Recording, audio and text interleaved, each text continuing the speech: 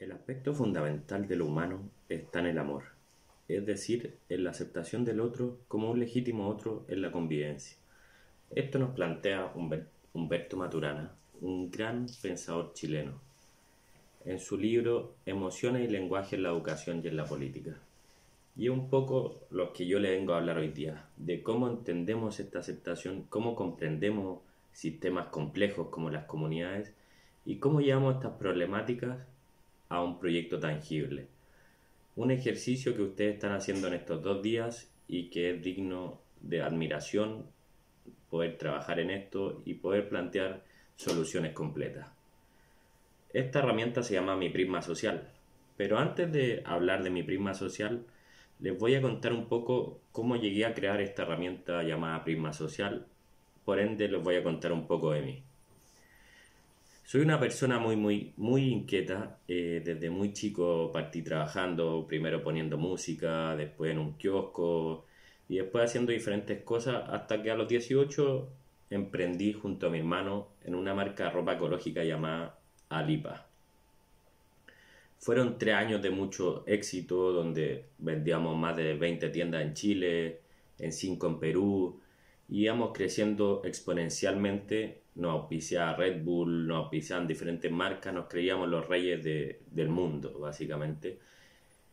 Pero hasta que un día a otro cambió así y fracasamos. Nos estafaron, fue nuestro primer gran fracaso, mi primer gran fracaso, pero que me ayudó mucho a buscar mi propósito, a entender mi propósito, y desde ese entonces me he dedicado casi al 100% a temas sociales y temas desde la academia.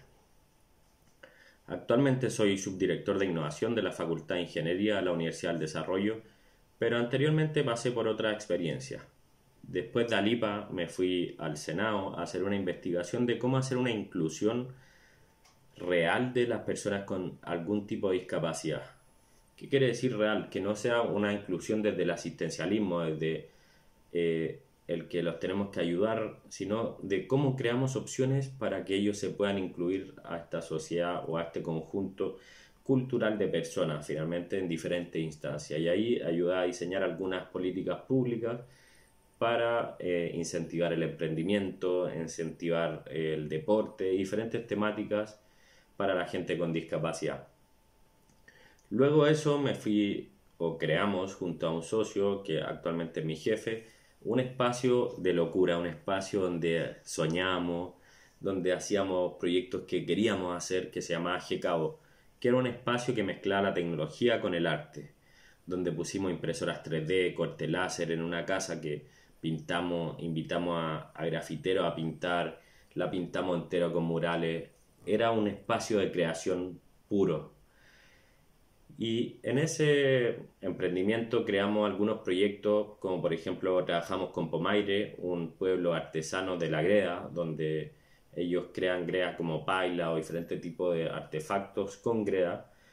Y ahí invitamos a 100 artistas a interpretar a Pomaire en 100 pailas diferentes. Cada uno hizo una escultura, una pintura, y esto se expuso en TEDx Santiago, se expuso en diferentes museos en Chile y se expuso en diferentes partes del mundo también.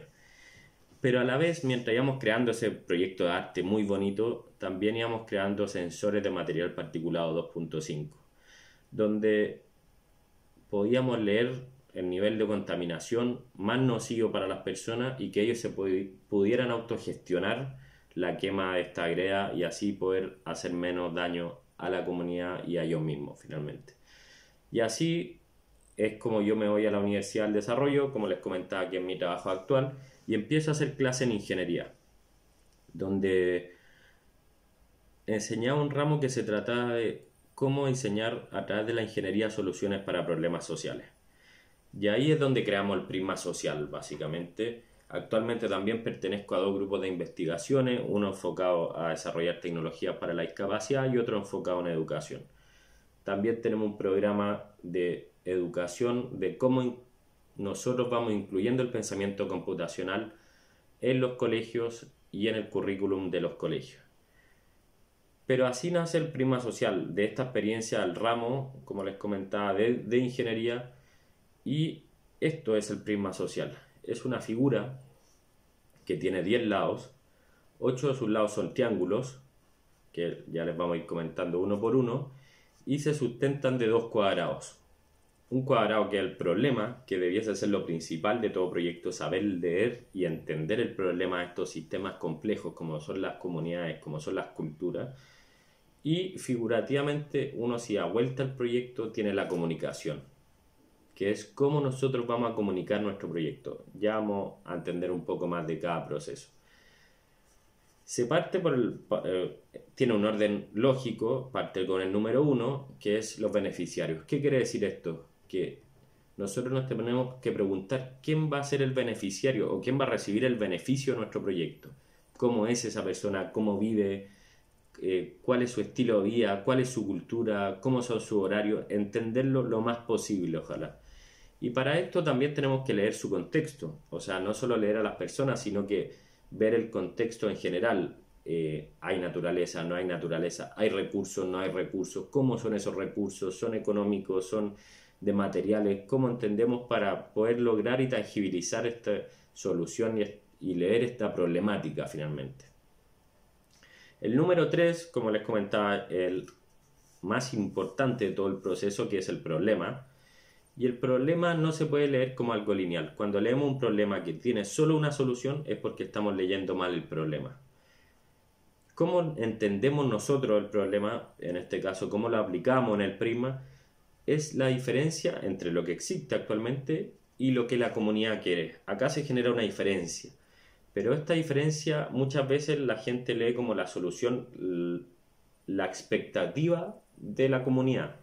Y ahí hay un grave error, porque este espacio que hay entre lo que existe y la expectativa de la comunidad es un mundo complejo, es un mundo que no puede tener una sola mirada. Entonces, por ejemplo, voy a poner un ejemplo que quizá es muy simple, pero para entender el ejercicio, hay mucha delincuencia porque hay oscuridad, por ejemplo, en este callejón. Y ahí la única solución sería poner luz, pero quizás la oscuridad no es el único factor de la delincuencia en ese callejón, sino que es multifactorial y solo estamos leyendo una razón. Por eso es tan importante saber plantearse el problema y por eso nosotros planteamos como cuarto paso soluciones, no solución, porque no puede tener una sola solución, tenemos que tener varias soluciones para este problema. Una vez que tengamos varias soluciones, vamos a ver los roles de las soluciones. O sea, qué rol cumple, por ejemplo, el presidente de la Junta de Vecinos en la comunidad, qué rol cumplimos nosotros, que somos los gestores del proyecto, qué rol cumple la vecina, y así vamos designando cada rol para que esta solución sea tangible y se pueda concretar. Después, como punto número 6, tenemos los indicadores. ¿Cómo vamos a medir nuestro impacto? ¿Cómo se va a hacer? ¿Cuándo se va a hacer? ¿Hasta dónde lo vamos a hacer? Y todo esto se tiene que traducir en indicadores. Luego el número 7 son la sustentabilidad. Y la sustentabilidad entendida desde hasta dónde queremos que dure este proyecto. Si es a largo plazo, tenemos que hacer un ejercicio que el proyecto sea sostenible y sustentable en el tiempo. O sea, tenemos que ser sostenible económicamente y no generar un impacto negativo de ninguna manera finalmente. Como paso número 8 tenemos la escalabilidad. O sea, hasta dónde queremos llegar. Queremos hacerlo solo en la comunidad, queremos hacerlo en la comuna, queremos hacerlo a nivel nacional. ¿Hasta dónde queremos llegar con este proyecto? Como número 9 tenemos actores de intereses, que es a qué persona fuera de esta comunidad le podría interesar este proyecto para que también pueda apoyar este proyecto. O sea, hay que tener identificados a cada actor que podría interesarle este proyecto. Y como número 10, que si ven, hago de nuevo, doy vuelta al proyecto, es la comunicación. Y la comunicación es el proyecto llevado hacia afuera. O sea, estamos mirando hacia afuera. Y esto, como les comenté, nace de una experiencia interna con mis alumnos, con mi ex socio de GKO, que actualmente es mi jefe, lo creamos en conjunto.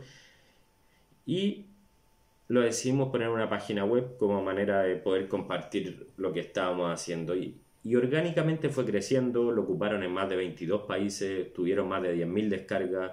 Actualmente no sigue la web, no pudimos seguir sosteniendo esa web, pero vamos a compartir el material con ustedes para que lo puedan tener, para si quieren lo puedan usar, puedan armar el prisma de su proyecto y tengan lo más tangible un proyecto en la mano.